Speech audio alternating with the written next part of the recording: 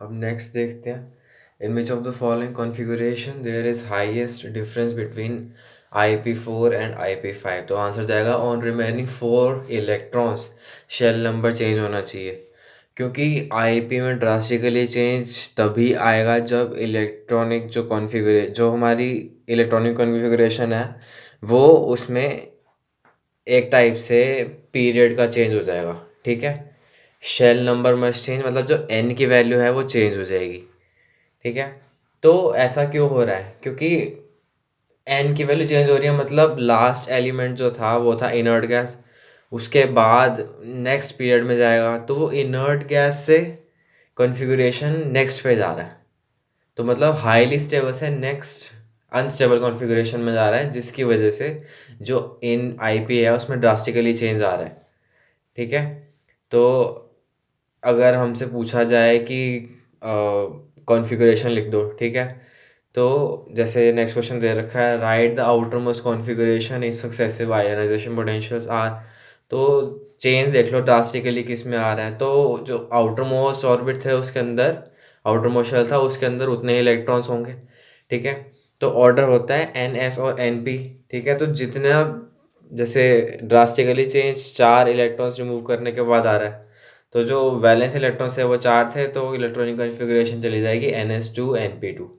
ठीक है, because IP change drastically after removing 4 electrons. अब मेटालिक कैरेक्टर की बात कर लेते हैं। मेटालिक कैरेक्टर नीचे जाने पर बढ़ता है, क्यों? डाउन द ग्रुप जाने पर साइज बढ़ता है, जिसकी वजह से इलेक्ट्रॉन की अट्रैक्शन पावर टूवर्ड्स न्यूक्लियस कम हो जाती है और इलेक्ट्रॉन को लूज करना ईजी हो जाता है। ठीक है, और मेटल का काम भी यही होता है, मेटल इलेक्ट्रॉन लूजिंग टेंडेंसी रखता है। ठीक है, तो नीचे जाने पर मेटालिक कैरेक्टर बढ़ता है और आयोनाइजेशन पोटेंशियल कम हो जाता है। ठीक है, मेटालिक कैरेक्टर बढ़ेगा, ठीक है, तो आयनाइजेशन पोटेंशियल कम हो जाएगा, क्योंकि इलेक्ट्रॉन को रिमूव करने के लिए कम अमाउंट ऑफ एनर्जी रिक्वायर्ड रहेगी उस केस में। और जब हम लेफ्ट टू राइट जाते हैं पीरियड के अंदर तो नॉन मेटालिक कैरेक्टर बढ़ता है। ठीक है, जिसकी EN बढ़ता है, क्योंकि राइट साइड में हेलोजेंस हैं, वो इलेक्ट्रॉन गेन एंथैल्पी भी उनकी ज़्यादा है, इलेक्ट्रोनेगेटिविटी भी ज़्यादा है, और मेटालिक कैरेक्टर कम हो जाता है। इसकी और वो क्या करते हैं, वो इलेक्ट्रोनेगेटिव है तो इलेक्ट्रॉन को लूज़ नहीं करेंगे, तो उनमें से इलेक्ट्रॉन को निकालने के लिए बहुत ज़्यादा एनर्जी देनी पड़ेगी। तो लेफ़्ट टू राइट जाने पर आयोनाइजेशन पोटेंशियल की वैल्यू बढ़ती है, क्योंकि मेटालिक कैरेक्टर कम हो जाता है। अब नंबर ऑफ वैलेंस इलेक्ट्रॉन्स देख लेते हैं। Total number of ionization potential before first highest difference in successive IP। When IP changes drastically means shell number has changed. ठीक है, outer most configuration NS/NP fill the subshell according to the number of valence electrons। ठीक है, electron affinity या फिर electron gain enthalpy के बारे में पढ़ लेते हैं हम। अब इलेक्ट्रॉन गेन एंथैल्पी होता क्या है?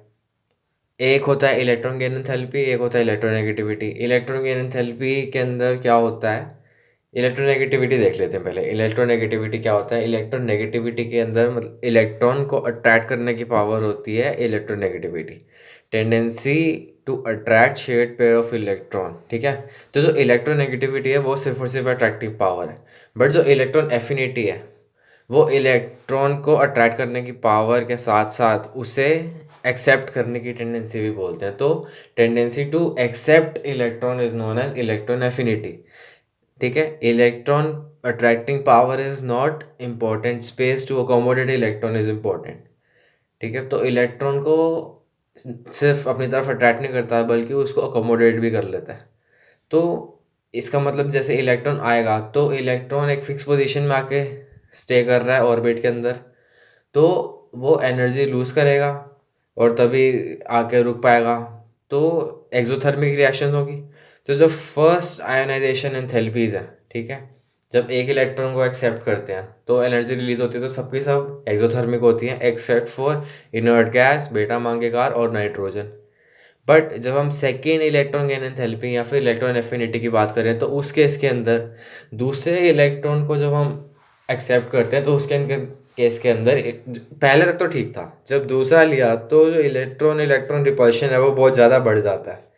ठीक है, इलेक्ट्रॉन इलेक्ट्रॉन रिपल्शन बहुत ज़्यादा बढ़ने के कारण क्या होता है, उनमें अनस्टेबिलिटी आ जाती है और वो एक्सेप्ट नहीं कर पाता, तो हमें एनर्जी देकर, एनर्जी डालकर उसे एक्सेप्ट करवाना पड़ता है। ठीक है, इलेक्ट्रॉन गेन एंथैल्पी के अंदर तो फर्स्ट में क्या होता है, एनर्जी रिलीज होती है, क्योंकि एक fast moving electron stationary position पर आ रहा है, बट सेकंड केस के अंदर रिपल्सिव पावर इतनी ज़्यादा हो जाती है कि एनर्जी देनी पड़ती है। तो second electron gain enthalpy is always endothermic. तो अगर क्वेश्चन आ जाए कि formation of poly atomic ion क्या है, पॉली एन आयन क्या है, ठीक है, तो पॉली मतलब मोर देन वन, तो मोर देन वन के इसके अंदर एंडोथर्मिक होगा। तो formation of poly anion is always exothermic. जैसे ऑक्सीजन का दे रखा है कि ऑक्सीजन के अंदर एक इलेक्ट्रॉन डाला तो डेल्टा एच जो था वो नेगेटिव था, मतलब एक्सोथर्मिक था।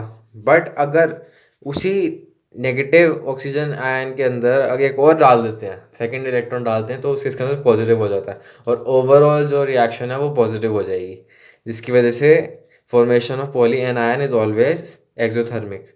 अब एक एनसीईआरटी में ऑर्डर दे रखा है इलेक्ट्रॉन एफिनिटी का, ये याद रखना है बस कि ऑक्सीजन लास्ट में पहुंच जाता है, ठीक है।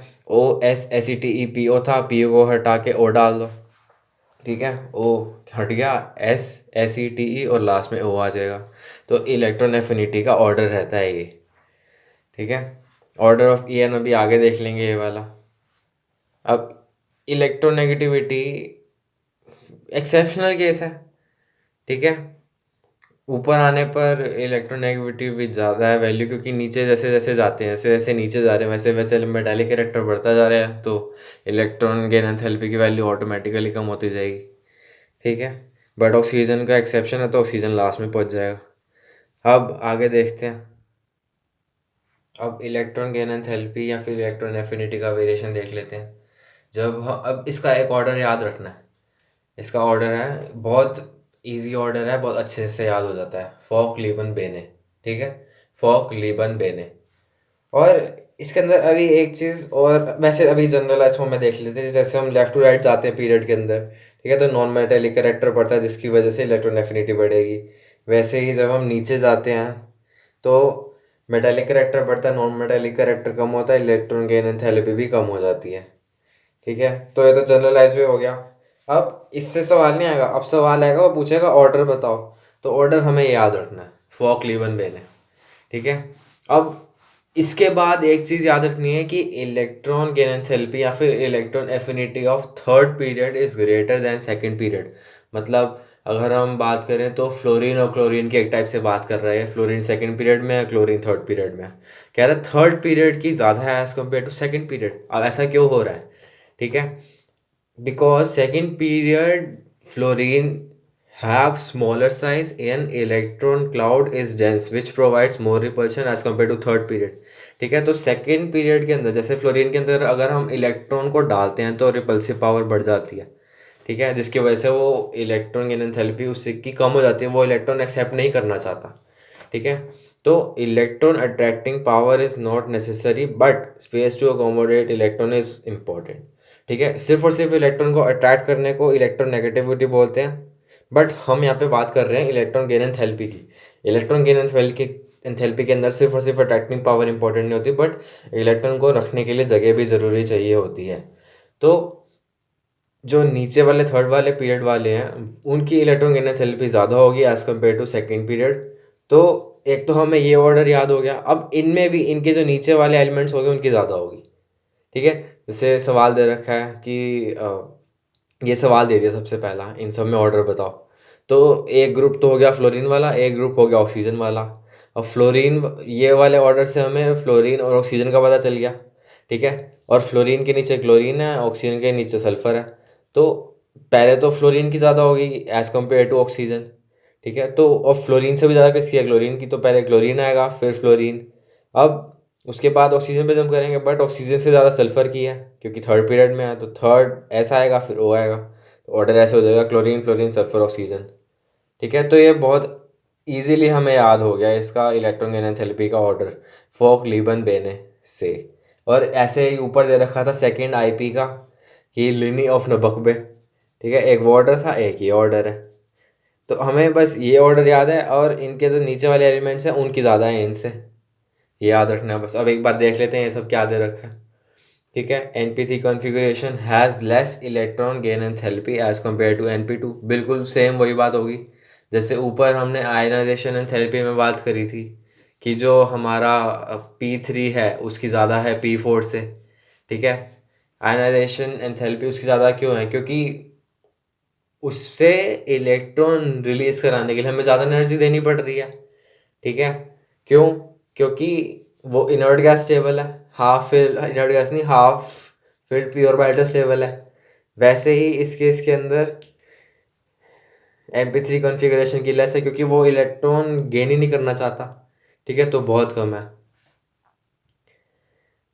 जो इलेक्ट्रॉन गेन करना चाहते हैं उनकी ज़्यादा होती है। जैसे क्लोरीन और फ्लोरीन का हमने डिफरेंस देखा ना, क्लोरीन करना चाहता है तो उसकी ज़्यादा है, फ्लोरीन नहीं कर पा रहा तो उसकी कम है, ठीक है? Electron affinity of halogen is higher than other groups because after gaining one electron they attain stable gas configuration. ये इसका रीज़न है, ठीक है? क्योंकि एक इलेक्ट्रॉन गेन करने के बाद वो noble gas stable configuration attain कर लेता है, इसीलिए उसकी जो इलेक्ट्रॉन गेन एंथैल्पी है वो सबसे ज़्यादा है, ठीक है? इलेक्ट्रॉन एफिनिटी ये वाला तो हमने देख ही लिया ऑर्डर। अब एक ऑर्डर ये भी देख लेते हैं, क्लोरीन का ज़्यादा है एज़ कम्पेयर टू फ्लोरीन, बस थर्ड पीरियड का ज़्यादा है सेकंड पीरियड से, बाकी ऑर्डर नीचे वही है सेम, ठीक है? ये हो गया। बस रिवर्स एक इस स्टेज में रिवर्स हो जाएगा बस। और इलेक्ट्रोनेगेटिव के अंदर कोई एक्सेप्शन नहीं होता, इलेक्ट्रोनेगेटिविटी के अंदर सिर्फ और सिर्फ एक्सेप्शन ये इलेक्ट्रॉन एफिनिटी के अंदर ही देखने को मिलता है। इलेक्ट्रोनेगेटिविटी के अंदर फ्लोरीन आगे आ जाएगा, क्लोरीन, ब्रोमीन, फिर आयोडीन, ठीक है? और जैसे जैसे नीचे आते जा रहे हैं वैसे वैसे अट्रैक्टिव फोर्सेस बढ़ती जा रही हैं, जिसकी वजह से जैसे क्लोरीन फ्लोरीन गैसेस फॉर्म में है, फिर ब्रोमीन लिक्विड स्टेट में है, और फिर जो आयोडीन है वो सॉलिड स्टेट में है, ठीक है? ये ऑर्डर देख लेते हैं। अब जैसे ऑक्सीजन दे रखा है और नाइट्रोजन दे रखा है, तो इस वाले ऑर्डर से हमें पता चल गया कि ऑक्सीजन पहले आएगा, नाइट्रोजन बाद में आएगा। बट ऑक्सीजन से ज़्यादा किसका? सल्फर का, उसके नीचे वाले ग्रुप का। तो सल्फर सबसे पहले, फिर ऑक्सीजन। नाइट्रोजन से ज़्यादा फॉस्फोरस का होगा, फिर फॉस्फोरस, फिर नाइट्रोजन, ठीक है? तो ये ऑर्डर दे रखा है, सल्फर, ऑक्सीजन, फॉस्फोरस, नाइट्रोजन। वैसे ही इस वाले केस में थर्ड वाले ऑप्शन में, ठीक है? तो ये बहुत ईजीली हमने याद कर लिया, कोई दिक्कत नहीं हुई ज़रा सी भी। अब एक ये वाला पॉइंट देख लेते हैं, जैसे आइसो इलेक्ट्रॉनिक, ये किसी काम का नहीं है, ये वाला वही पॉइंट आ गया। जैसे आइसो इलेक्ट्रॉनिक स्पीशीज़ हैं, ठीक है? तो उनके अंदर जेड इफेक्टिव से आंसर देना है। जैसे for same atom species and isoelectronic species always apply Z effective, do not see electronic configuration, ठीक है? अब जैसे पॉजिटिव चार्ज है इसके ऊपर, ठीक है? अब सेम हमारे पास सेम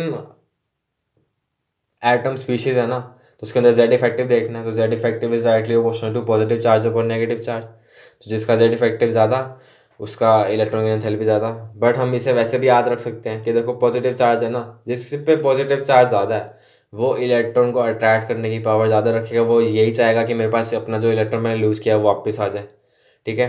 तो जैसे ये वाला केस रखा है, इसके अंदर भी इसके पास दो लूज़ कर रखे हैं, इसने एक लूज़ कर रखा है, दोनों के दोनों आइसो इलेक्ट्रॉनिक हैं। तो ये ज़्यादा चाहेगा ना कि मेरे दो लूज़ हुए वापस आ जाएं। अब ये वाला केस भी आइसो इलेक्ट्रॉनिक है, तो ये पॉजिटिव चार्ज है, तो ये चाहेगा ना कि मेरे पास वापस आ जाए, ठीक है? आइसो इलेक्ट्रॉनिक स्पीशीज़ के अंदर सिर्फ और सिर्फ हमेशा जेड इफेक्टिव ही देखते हैं, ठीक है? सेम स्पीशीज़ में तो हमें चलो समझ आ रहा है, ठीक है? बट आइसो इलेक्ट्रॉनिक स्पीशीज़ के अंदर जेड इफेक्टिव से हम आंसर निकालेंगे। अब आती है बात इलेक्ट्रोनेगेटिविटी के ऊपर।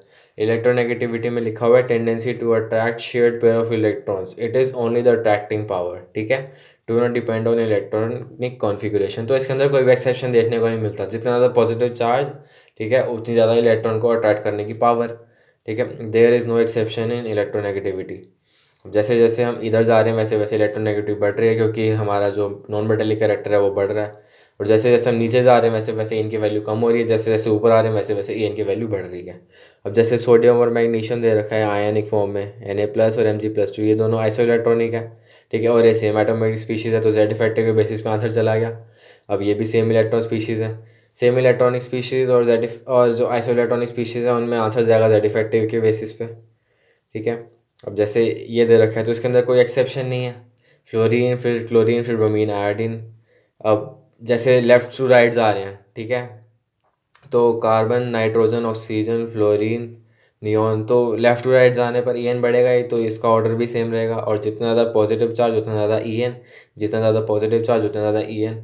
मोर S character means more electronegative. ये sp3 है, sp2 है, sp में 50% एस करेक्टर है, इसमें 33, इसमें 25। तो more S character means more electronegative. तो हमें थर्ड वाले ऑप्शन को भी ध्यान में रखते हुए चलना है, ठीक है? Electronegativity, bond energy, bond polarity, acidic strength. ये अभी आने वाले चैप्टर्स में अगर कुछ समझना होगा तो समझ लेंगे, फिलहाल अभी इसके बारे में कुछ नहीं बताते। अब देखना है कि मेटालिक जो अब ऑक्साइड्स देखते हैं, ऑक्साइड्स देखेंगे, हाइड्रोक्साइड्स देखेंगे और हाइड्राइड्स देखेंगे।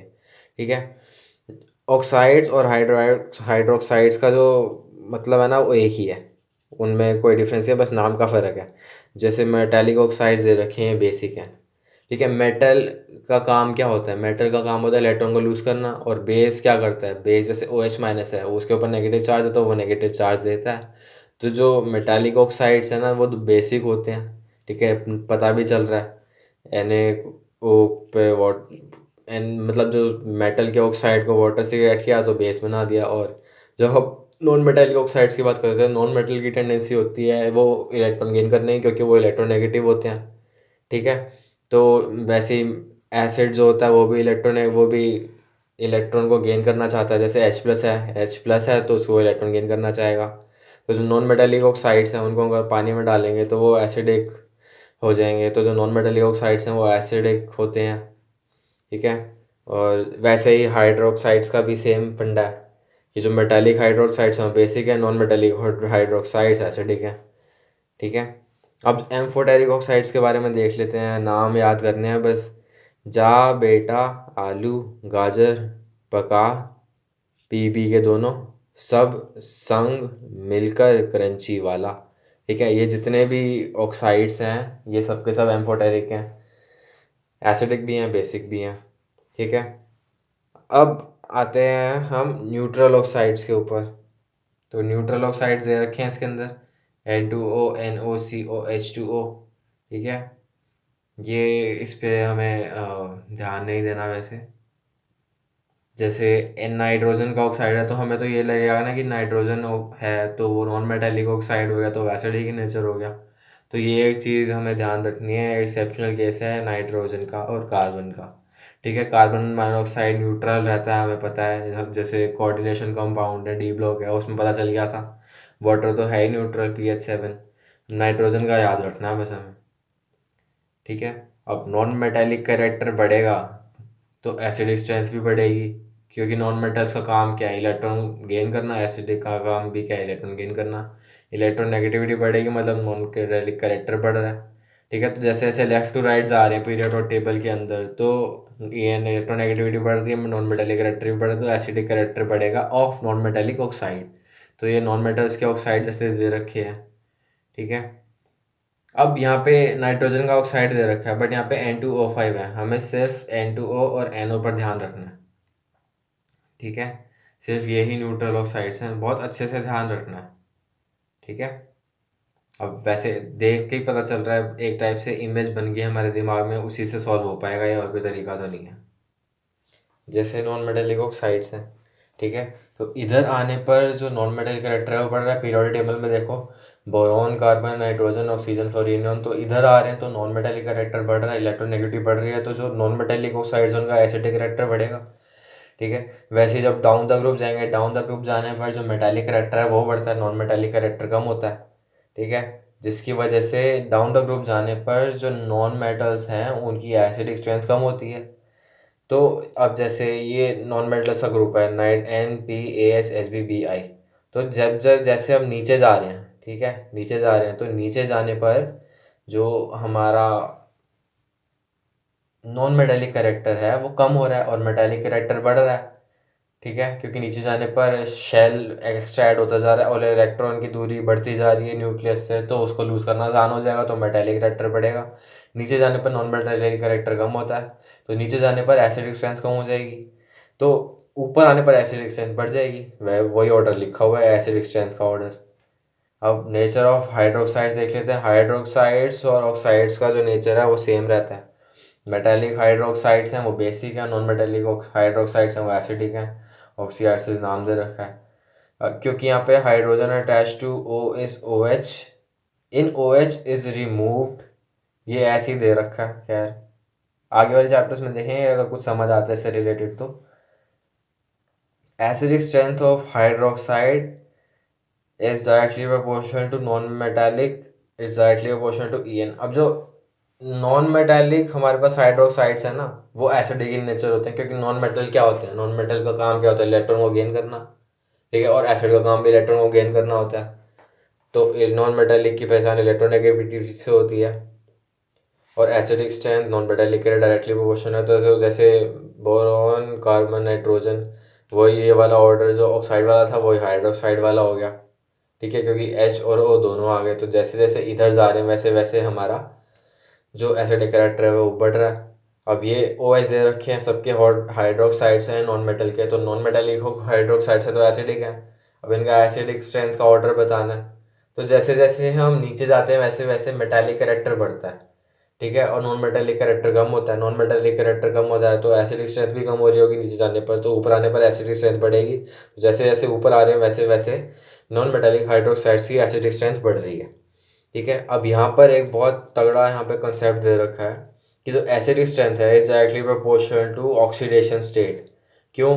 क्योंकि ऑक्सीडेशन स्टेट जितनी ज़्यादा होगी उतने ही ज़्यादा उन्होंने इलेक्ट्रॉन लूज कर रखे होंगे, तो वो उतनी ही तेज़ी से चाहेंगे कि हमारे लूज हुए इलेक्ट्रॉन वापस आए, तो उनके इलेक्ट्रॉन की बुक और ज़्यादा बढ़ जाएगी, ठीक है, नॉन मेटालिक कैरेक्टर या फिर इलेक्ट्रोनेगेटिविटी और ज़्यादा बढ़ जाएगी, ठीक है। तो जितनी ज़्यादा ऑक्सीजन उतनी ज़्यादा उनकी ऑक्सीडेशन स्टेट, ठीक है। और ये ऑर्डर हर टाइप के कंपाउंड्स पे लागू होता है एक्सेप्ट फॉर H3PO3, ठीक है। जैसे एग्जांपल दे रखे हैं, ये देख लो जहाँ पर ऑक्सीजन ज़्यादा है ना उसकी एसिडिक स्ट्रेंथ ज़्यादा है। जैसे SO2 SO3 है, SO3 में ऑक्सीजन ज़्यादा है तो इसकी ऑक्सीडेशन स्टेट हो जाएगी +5, इसकी हो जाएगी +3, तो इस पे एसिडिक स्ट्रेंथ ज़्यादा हो जाएगी। N2O3 N2O5 में से ऑक्सीजन इस पे ज़्यादा है तो इसकी एसिडिक स्ट्रेंथ ज़्यादा हो जाएगी। जैसे जैसे ऑक्सीजन का नंबर बढ़ता जाएगा HClO वाले कंपाउंड्स में भी वैसे वैसे एसिडिक स्ट्रेंथ बढ़ रही है। H2SO4 में ऑक्सीजन ज़्यादा है एज़ कम्पेयर टू H2SO3। बस यही है जिसके अंदर ऑर्डर उल्टा हो जाएगा, ठीक है। ऑक्सीजन कम होने पर एसिडिक स्ट्रेंथ बढ़ेगी। क्यों? क्योंकि हमने एक चीज़, अब जब हम आगे एक चैप्टर में पढ़ेंगे तो उसके अंदर हम देखते हैं कि जो Hp है और NCl है, H हाइड्रोजन और फॉस्फोरस, इन दोनों का जो इलेक्ट्रोनेगेटिविटी है वो सेम रहती है, और साथ ही साथ NCl नाइट्रोजन और Cl इन दोनों की इलेक्ट्रोनेगेटिविटी भी सेम रहती है, ठीक है। तो इसको याद रखने का तरीका है because here electronegativity of hydrogen and phosphorus is same, सिर्फ और सिर्फ रिमेंबरिंग पर्पस के लिए। तो H3PO3 जो हमारा नॉन मेटल का हाइड्रोक्साइड है, ठीक है, उसे सिर्फ एक्सेप्शनल केस है क्योंकि इसके अंदर जो इलेक्ट्रोनेगेटिविटी है वो दोनों की सेम है, H और P की। इसका केस उल्टा हो जाएगा। बाकी सब में जैसे जैसे ऑक्सीजन का नंबर बढ़ेगा वैसे वैसे एसिडिक स्ट्रेंथ बढ़ती जाएगी। अब आती है बात नेचर ऑफ हाइड्राइड्स। तो हाइड्राइड्स में क्या होगा? हाइड्राइड्स में डाउन द ग्रुप जाने पर सब चीज़ जो जो है कैरेक्टरिस्टिक फीचर बढ़ता है।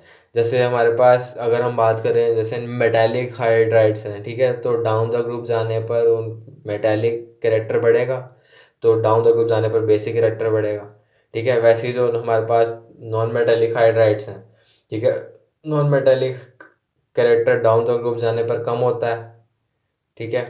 तो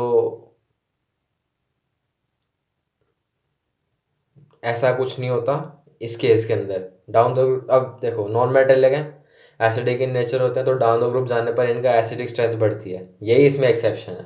नीचे जाने पर सब चीज़ बढ़ती है। अगर देखो, अगर नॉन मेटालिक हाइड्राइड है तो डाउन द ग्रुप जाने पर उसका एसिडिक कैरेक्टर बढ़ेगा क्योंकि वो नॉन मेटालिक है।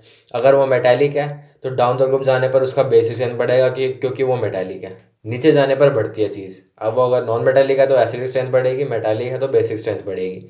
जैसे दे रखा है फ्लोरीन, क्लोरीन, ब्रोमीन, आयोडीन, तो हाइड्राइड्स हैं तो डाउन द ग्रुप जाने पर अब नॉन मेटल के हैं तो एसिडिक स्ट्रेंथ बढ़ेगी इनकी। वैसे ये दे रखा है SACTE, तो इस केस के अंदर भी ये नॉन मेटेलिक हैं तो डाउन द ग्रुप जाने पर एसिडिक स्ट्रेंथ बढ़ रहा है। अब अगर मेटेलिक हाइड्राइड्स की बात करें तो मेटेलिक हाइड्राइड्स जो हैं वो बेसिक इन नेचर होते हैं, तो डाउन द ग्रुप जाने पर बेसिक कैरेक्टर बढ़ेगा, ठीक है। अब जैसे ये दे रखे हैं, ये हाइड्रोक्साइड्स दे रखे हैं, ठीक है।